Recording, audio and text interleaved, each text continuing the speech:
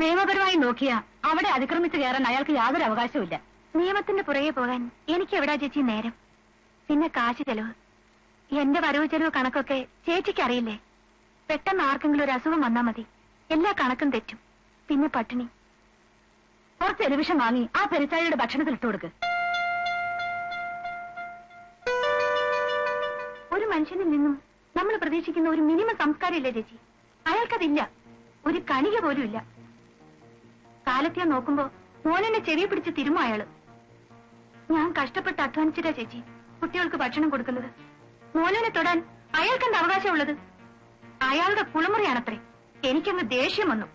Soap വെച്ചുകൊണ്ടിരുന്നപ്പോ പുറത്തുനിന്ന് ഞാൻ പൈപ്പടച്ചു. അങ്ങനെ അങ്ങ് തോറ്റു കൊടുക്കുന്നത് ശരിയല്ലല്ലോ. കൈയെടുക്കൂലേപ്പാ.